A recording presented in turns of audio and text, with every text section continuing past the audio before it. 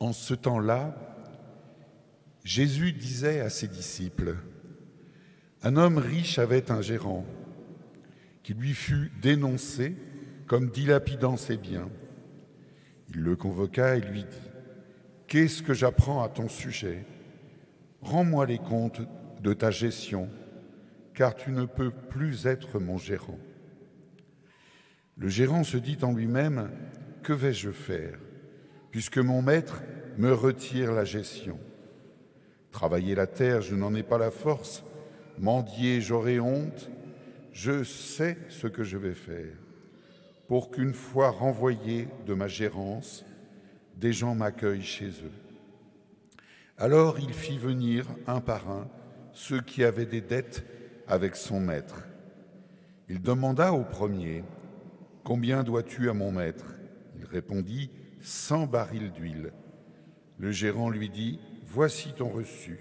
Vite, assieds-toi et écris 50. » Puis il demanda à un autre, « Et toi, combien dois-tu » Il répondit, « 100 sacs de blé. » Le gérant lui dit, « Voici ton reçu et écris 80. »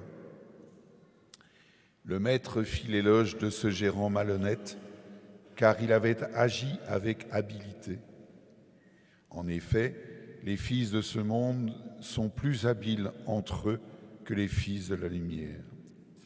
Eh bien moi, je vous le dis, faites-vous des amis avec l'argent malhonnête, afin que le jour où il ne sera plus là, cet ami vous accueille dans les demeures éternelles.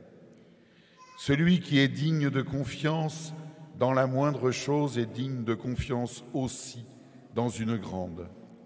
Celui qui est malhonnête dans la moindre chose est malhonnête aussi dans une grande. Si donc vous n'avez pas été digne de confiance pour l'argent malhonnête, qui vous confiera le bien véritable ? Et si, pour ce qui est à autrui, vous n'avez pas été digne de confiance, ce qui vous revient, qui vous le donnera ? Aucun domestique ne peut servir deux maîtres, ou bien il haïra l'un et aimera l'autre, ou bien il s'attachera à l'un et méprisera l'autre. Vous ne pouvez pas servir à la fois Dieu et l'argent. Acclamons la parole de Dieu.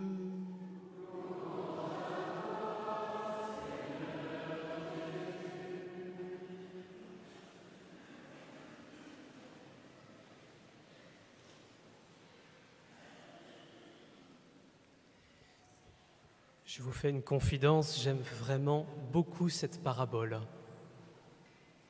On est un peu étonné parce qu'on n'a pas l'habitude que Jésus soit rempli d'humour. Pourtant, il l'est. Et c'est vraiment une manifestation dans cette parabole de l'humour de Jésus. Qu'est-ce que dit Jésus ? Il dit « Le maître fit l'éloge de ce gérant malhonnête ». Et alors là, on ne comprend pas, on se dit c'est bizarre. Comment est-ce que Jésus peut promouvoir la malhonnêteté ? En fait, Jésus ne dit pas « le maître fit l'éloge de la malhonnêteté ». Il dit « le maître fit l'éloge de ce gérant malhonnête parce qu'il avait été habile, parce qu'il avait agi avec habileté ». En fait, Jésus met en scène un homme très riche, extrêmement riche sans doute, qui a dans ses employés un gérant, peut-être parmi beaucoup d'autres, qui, voyant qu'il allait être viré, se met à faire des petites truanderies, voyez, pour avoir des amis qui l'accueilleront une fois qu'il aura été viré.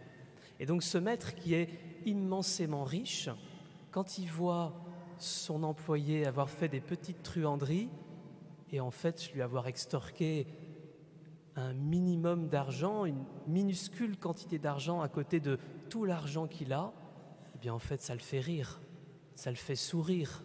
Et donc il se dit, bien joué, bravo, voilà, tu as bien gagné ton coup et je t'en veux pas. Et en fait, ce qui est le plus important dans cette parabole, c'est la conclusion que Jésus en tire. En effet, les fils de ce monde sont plus habiles entre eux que les fils de la lumière. Qu'est-ce que Jésus veut nous enseigner? Eh bien, en fait, il nous dit avec plein de délicatesse et avec plein d'humour, mais tous les talents que vous avez, toute l'intelligence que vous déployez, toute l'ingéniosité dont vous faites preuve, eh bien, vous les mettez quelquefois au service de choses bien humaines. Combien de fois on va passer de temps d'ingéniosité à choisir la meilleure voiture entre tous les modèles possibles, le meilleur téléphone portable entre tous les modèles possibles, les bons plans sur le bon coin pour toc, tout d'un coup il y a la bonne affaire, la bonne occasion, on va comparer les offres, on va penser à notre travail, on va penser à nos vacances, on déploie des trésors d'ingéniosité pour des choses du monde. C'est pas forcément mauvais, mais Jésus dit: pourquoi vous ne faites pas la même chose pour bâtir le royaume des cieux?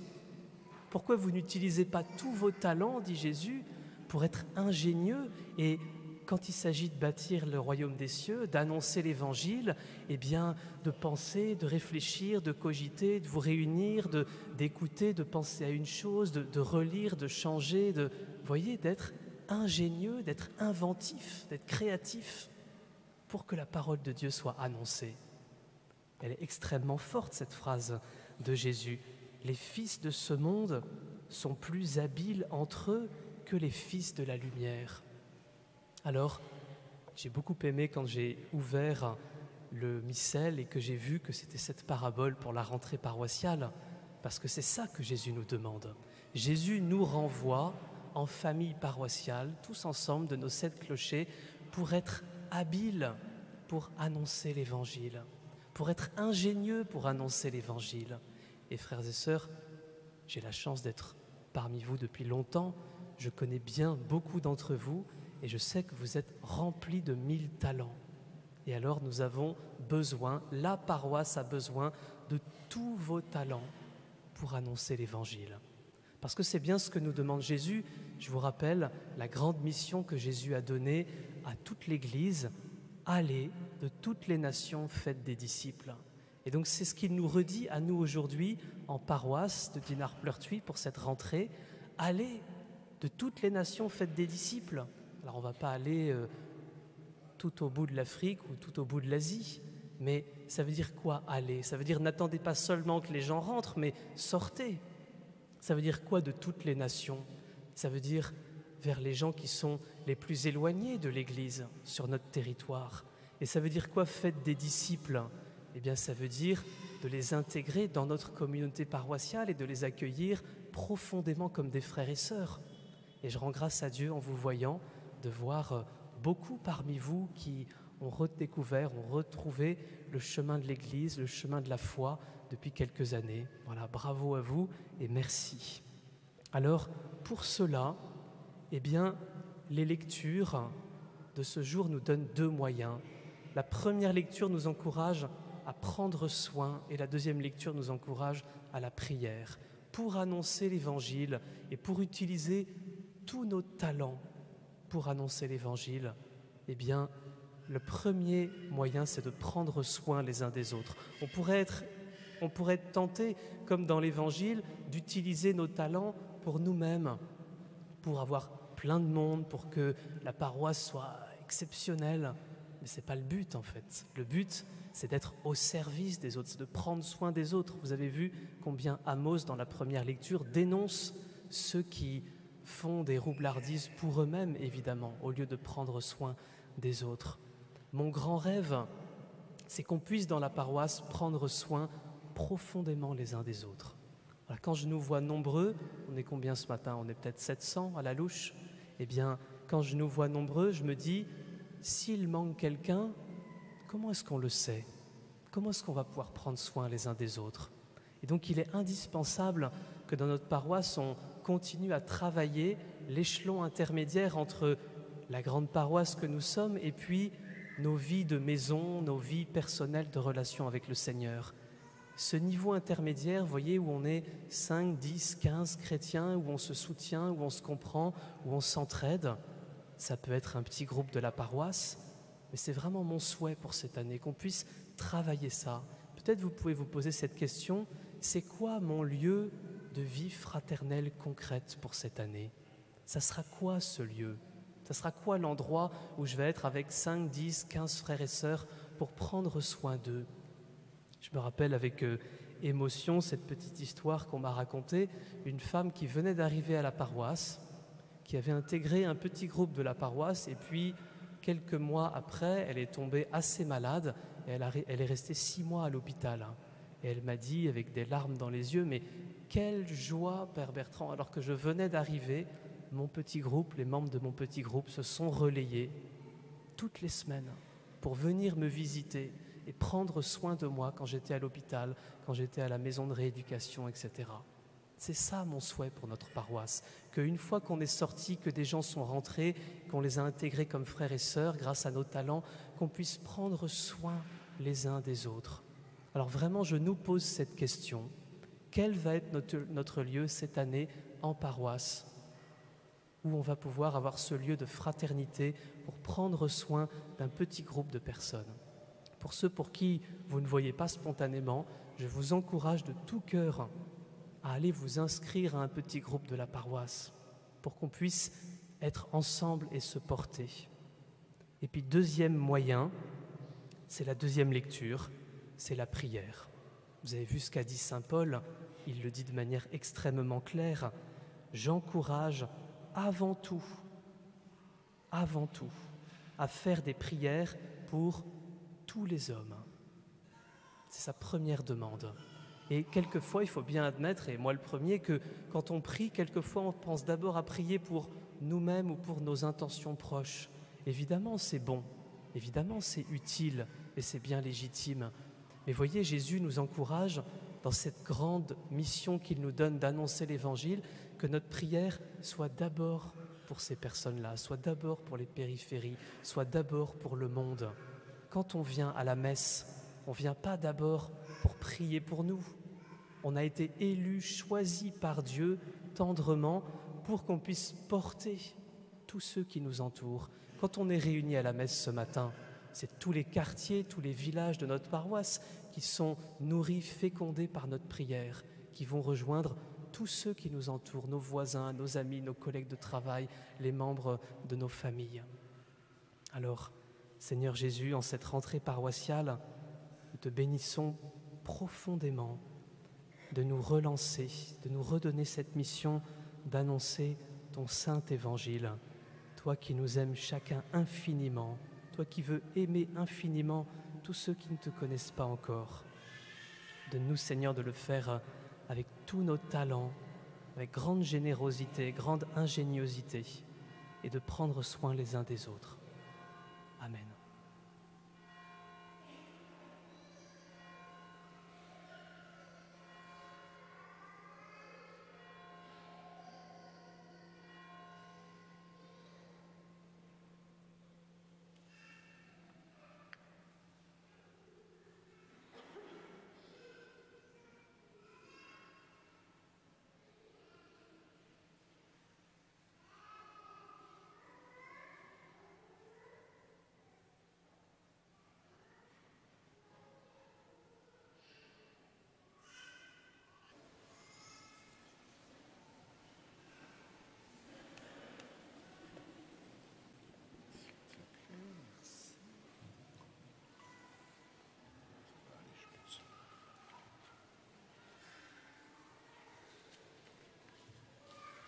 Prions le Seigneur.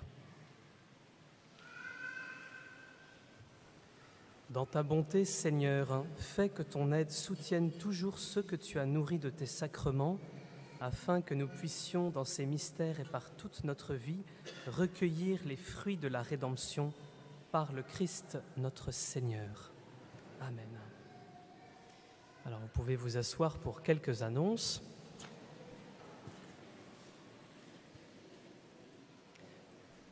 C'est la rentrée paroissiale, donc temps estimé des annonces, 15 minutes. Ça va aller? C'est la rentrée. Après, vous aurez un apéro qui vous attend. Les enfants pour qui ça serait trop long, vous n'hésitez pas à aller dans le petit espace derrière l'orgue. Vous avez ce qu'il vous faut aussi pour jouer, pour dessiner, si besoin. plusieurs choses. Donc sur votre feuille, que vous emportez bien chez vous, vous avez un message du père Hubert, l'autre de Charnacé, Hubert l'Ancien, qui vous remercie pour beaucoup de choses. Voilà, vous pourrez le lire. Deuxième annonce, pour tous les nouveaux de la paroisse, tous ceux qui arrivent depuis une semaine, un mois, un an sur le territoire paroissial, ou bien peut-être qui redécouvrez un peu le chemin de l'Église, eh bien, soyez profondément les bienvenus.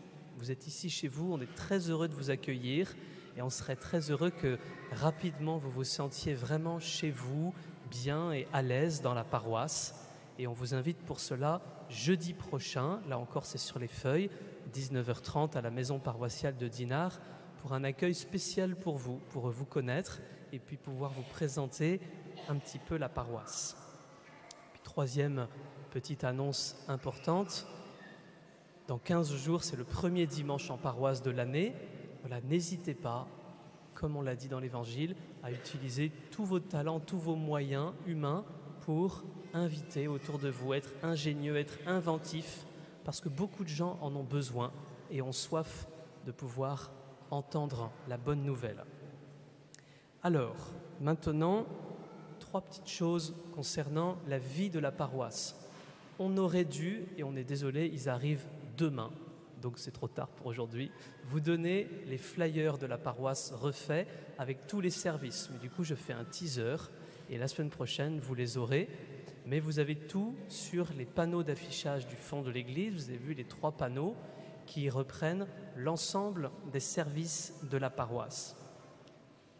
Je vous redis que ce qui nous anime dans la paroisse, c'est un peu le mot du curé qu'il y a sur la gauche des flyers ou des panneaux. C'est les 3 points d'attention forts que le pape François n'a cessé de nous dire pendant tout son pontificat, à la fois la sortie dans le dialogue et la bienveillance, mais résolue, à la fois la vie en communauté de baptisés, ensemble, et puis à la fois ce chemin que nous proposons à tous et avec qui nous cheminons pour pouvoir avancer vers Jésus et de donner notamment de plus en plus de place à chacun d'entre vous, frères et sœurs laïcs, dans la paroisse pour pouvoir la porter. Alors sur ce chemin paroissial, on a essayé de baliser 3 grandes étapes. Ce sont les 3 panneaux du fond de l'église, ce sont les 3 parties intermédiaires du flyer que vous aurez la semaine prochaine, qui balisent 3 grandes étapes de ce chemin depuis les disciples, depuis les périphéries jusqu'aux disciples missionnaires. Et on voulait vous donner 3 nouvelles concernant ces 3 parties du chemin. Et donc tout d'abord, on va vous parler un petit peu de la solidarité. Donc Isabelle, tu peux venir. Voilà, vous savez qu'il y a 1 an et demi, on avait relancé un sondage auprès de toutes les périphéries de notre territoire paroissial et ils nous ont dit beaucoup de choses intéressantes et notamment, vous les chrétiens, on vous attend sur les questions de solidarité, d'entraide, de soutien aux plus démunis, aux plus pauvres, aux plus isolés. Et donc ça fait déjà quelques années qu'on a essayé de muscler cette équipe solidarité et Isabelle, qui en est la responsable depuis peu, va vous donner quelques nouvelles. Alors le service du frère et spécialement l'amour de celui qui en a le plus besoin est au cœur de la bonne nouvelle. Et c'est tout à fait ce que nous disait le pape François avec ces mots si simples et directs. La prière et le service des pauvres, c'est la même chose, c'est rencontrer le Christ. Mais néanmoins, la solidarité, c'est aussi une tâche pour la communauté paroissiale tout entière. Et pour la vivre, elle a besoin d'un minimum d'organisation. Et c'est justement cette organisation qu'elle nous a confiée au pôle solidarité. Alors pour le faire, nous ne partons pas de rien, loin s'en faut. Nous avons une vision qui nous a été léguée par l'équipe qui nous a précédés. Et je le résumerai à très grands traits de la façon suivante: mettre la question de l'isolement au cœur de notre action. L'isolement des personnes âgées, mais aussi des jeunes et finalement de tous. Et nous avons également une somme d'expérience dans divers domaines sur lesquels nous pouvons nous appuyer. Vous en connaissez sûrement de nombreuses, je n'en cite que quelques-unes. Toutes les aumôneries des EHPAD, de l'hôpital, le portage de la communion aux malades, le dimanche de la santé, le pèlerinage de Lourdes ou le repas de Noël. Bien sûr, nous allons poursuivre et développer ces actions, mais aussi, en toute humilité, essayer d'en élargir la palette. Et pour cela, nous avons constitué une équipe élargie qui est aujourd'hui composée de 6 personnes. Et nous venons juste de démarrer et avons, vous vous en doutez, du pain sur la planche pour les semaines et les mois qui viennent. En particulier, nous voudrions connaître plus à fond les nombreuses ressources de notre paroisse, car bien sûr, nous ne sommes pas seuls à concourir à la solidarité. Encore une fois, pour n'en citer que quelques-uns, je peux évoquer les visites de voisinage, les équipes relais qui connaissent les forces vives de leurs clochers respectifs, mais aussi les aumôneries des jeunes pour développer le lien intergénérationnel, etc., etc. En vérité, ce que je pourrais dire, c'est que tous les services de la paroisse concourent à la solidarité. Nous voudrions également découvrir les spécificités de notre territoire, rencontrer les personnes, découvrir leurs initiatives et peu à peu discerner notre juste place au sein du système riche en acteurs de solidarité. Mais j'aurais totalement échoué ma présentation si, après ces quelques phrases, vous disiez « Ouf, la solidarité est bien prise en compte dans notre paroisse ». Car en fait, nous ne sommes que les modestes serviteurs pour sa mise en œuvre. La solidarité est l'affaire de tous. C'est ensemble que nous devons l'exercer et je suis sûre que nous avons tous à cœur de reconnaître la place des plus isolés, des plus pauvres, pour les intégrer dans notre vie communautaire paroissiale. Nous avons besoin de vos idées, vos suggestions, vos envies, vos rêves, mais aussi votre participation, ponctuelle ou plus durable, à telle ou telle action. Par exemple, une des choses qui n'était pas notée dans la feuille paroissiale parce qu'on s'y est pris un peu trop tard, nous recherchons des personnes qui auraient le goût pour contribuer à l'organisation du repas de Noël. Alors, écoutez votre cœur, n'hésitez pas à contacter notre pôle pour contribuer, selon vos talents, à la solidarité dans notre paroisse.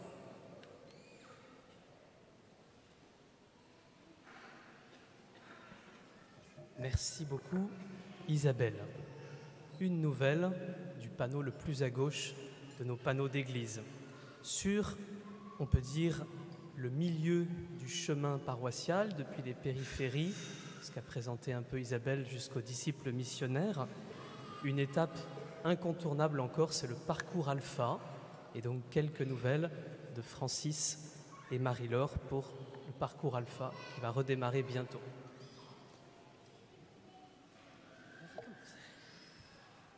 Bonjour. Le Père Bertrand nous a rappelé les 3 étapes du chemin pastoral de la paroisse. Le parcours Alpha est l'un des moyens d'accomplir la 2e étape, accueillir largement. C'est là que ceux qui sont le plus éloignés de Jésus vont pouvoir le découvrir ou le redécouvrir. Et c'est une étape capitale sur notre chemin, sur votre chemin. Mais cette étape ne concerne pas que les responsables ou ceux qui servent au parcours. Le prochain parcours débutera le 18 novembre. Nous sommes directement concernés, mais vous l'êtes aussi, en invitant personnellement une personne dont vous pensez que le parcours Alpha pourrait lui faire découvrir Jésus. Nous aurons également besoin de bénévoles pour accueillir, pour servir, pour faire la cuisine, pour prier et pour nous aider à organiser le parcours. Pour cela, nous donnons rendez-vous à tous ceux qui souhaitent servir dans cette belle mission. Nous leur donnons rendez-vous pour une soirée fraternelle autour d'un buffet partagé le mardi 30 septembre à 19h30 dans les salles Saint-Guillaume. Le mardi 30 septembre à 19h30 dans les salles Saint-Guillaume pour tous ceux parmi vous qui ont envie de participer à l'aventure du parcours Alpha. Si vous le souhaitez, si vous en avez besoin, vous pourrez nous rencontrer tout de suite là, à l'issue de la messe lors de l'apéritif. Merci. Merci. Merci beaucoup Francis et Marie-Laure, et vous avez vu que vous avez des petits flyers sur vos chaises qui reprennent la soirée et les besoins du parcours Alpha. Voilà, n'hésitez pas à vous en sentir responsable et concerné. Troisième et dernière annonce sur la partie la plus à droite de notre panneau paroissial. Vous pourrez aller le revoir en sortant. Je passe la parole à Jean qui va davantage vous parler des rencontres des responsables. Troisième étape du chemin, grandir ensemble sur le chemin. Nous sommes environ 300 à 400 bénévoles dans la paroisse qui donnent un peu, beaucoup, passionnément, à la folie de leur temps pour que Jésus Seigneur et Sauveur soit annoncé. Parmi eux, une centaine sont, par délégation de notre curé, le Père Bertrand, responsable des différents services. Les obsèques, la liturgie, la mission enfant, le catéchuménat. Et donc le Père Bertrand leur délègue une part de sa charge pastorale, avec une lettre de mission qui précise le champ de la délégation et les objectifs. Et donc les responsables de service assument la responsabilité de leur service auprès de ceux qui en bénéficient, par exemple les familles en deuil, les parents des enfants catéchisés, mais ils sont aussi responsables de leurs frères et sœurs de la paroisse qui participent à leur service.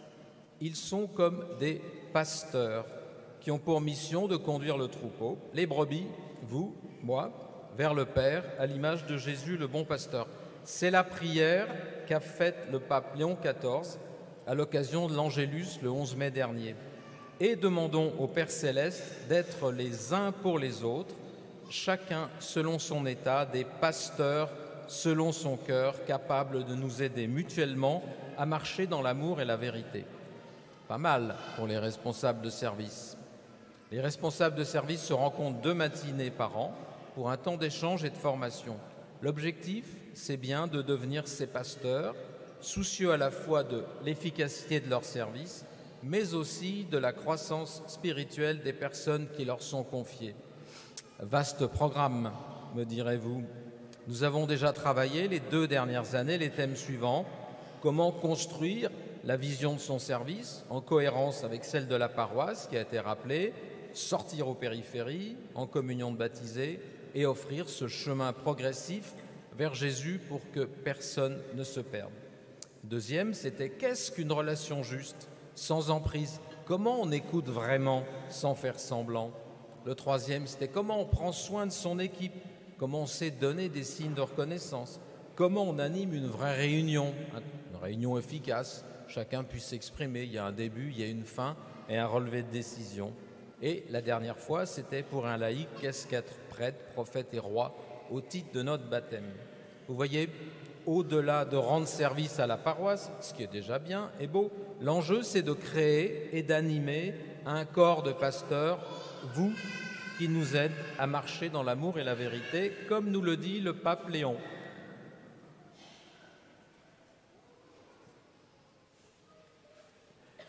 Merci beaucoup Jean.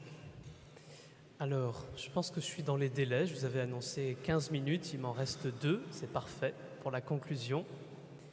Vous avez sur la feuille, sur la première page et un petit bout derrière, je dis ça pour que les 2 lignes de derrière ne soient pas passées à l'as, la liste des besoins principaux en bénévoles de la paroisse. Je le dis parce que quelquefois on nous dit « Ah mais on aimerait bien rendre service mais on ne sait pas ce qu'il faut faire, on ne sait pas où il y a des besoins, on a l'impression que tous les besoins sont pourvus. » Eh bien ce n'est pas vrai, il y a beaucoup de besoins sur la paroisse, une centaine sont recensés. Et donc s'il vous plaît frères et sœurs, lisez avec attention ces lignes et puis demandez-vous si ce n'est pas pour vous l'une ou l'autre chose, un service petit ou grand. Je précise une chose, c'est que dans l'ensemble de ces services, il y a déjà des bénévoles. Donc vous n'arrivez pas sur un terrain en friche où on va vous charger la barque en vous demandant des heures de travail. L'enjeu de cette liste, c'est justement de pouvoir soulager les équipes déjà existantes en partageant le travail, en faisant en sorte que ça soit un peu plus léger pour tout le monde. Donc les besoins de la paroisse sont déjà à peu près pourvus, mais je peux dire grosso modo sur l'ensemble de la paroisse qu'on est à 80% des effectifs pour que les services soient de manière détendue. Et donc si vous arrivez dans un service, il y a déjà une équipe, il y a déjà un responsable, il y a déjà des bénévoles, il y a déjà des manières de faire, vous ne serez pas perdu, vous serez bien accompagné. Donc je vous propose, s'il vous plaît, voilà, de pouvoir prendre un petit temps tout à l'heure, cet après-midi, pour bien lire cette première page et puis les 2 lignes de derrière, et de vous dire, est-ce qu'il n'y a pas quelque chose qui peut me concerner, parce que j'en suis persuadé, vous êtes chacun rempli de talents, et ces talents ont besoin de s'exprimer aussi pour l'annonce de l'Évangile, comme on l'a entendu tout à l'heure. Pour terminer, vous vous rappelez qu'au printemps dernier, on a fait un grand sondage auprès de toute la paroisse sur la messe, les chants, la place des enfants, l'accueil, la liturgie, etc. Ce sondage va être repris par le conseil pastoral dans les semaines qui viennent, va être dépouillé pour pouvoir vraiment écouter ce que l'Esprit Saint nous dit à travers vos réponses et pour qu'on puisse voir quels sont les points à améliorer pour que nos messes soient plus chaleureuses, plus fraternelles, plus priantes et plus inclusives de tous. On vous donnera des nouvelles, ça sera un des grands travaux de cette année du conseil pastoral.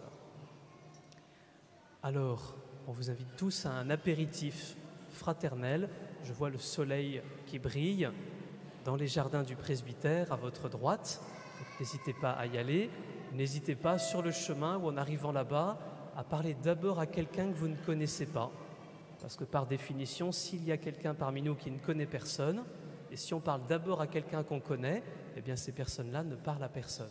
Donc faisons ce petit effort fraternel de parler d'abord à quelqu'un qu'on ne connaît pas pour que tout le monde se sente bien accueilli. Alors, je propose à tous les bénévoles de la paroisse de pouvoir se lever maintenant. Tous ceux qui ont un service, petit ou grand, dans la paroisse. Chers amis, soyez profondément remerciés pour ce que vous faites. Je propose qu'on vous applaudisse parce que vraiment, vous êtes précieux.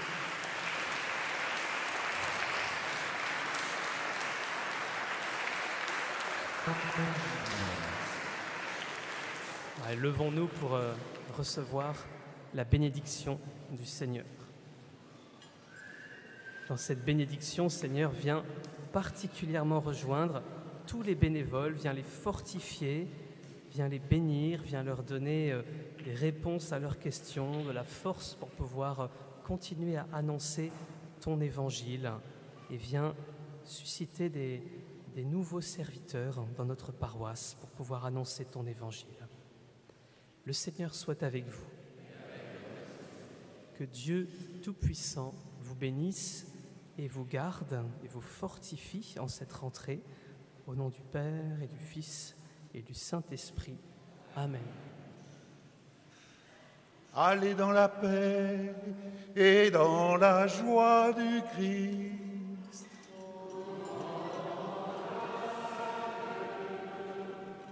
Et bienvenue à l'apéritif tout de suite sur votre droite dans les jardins du presbytère.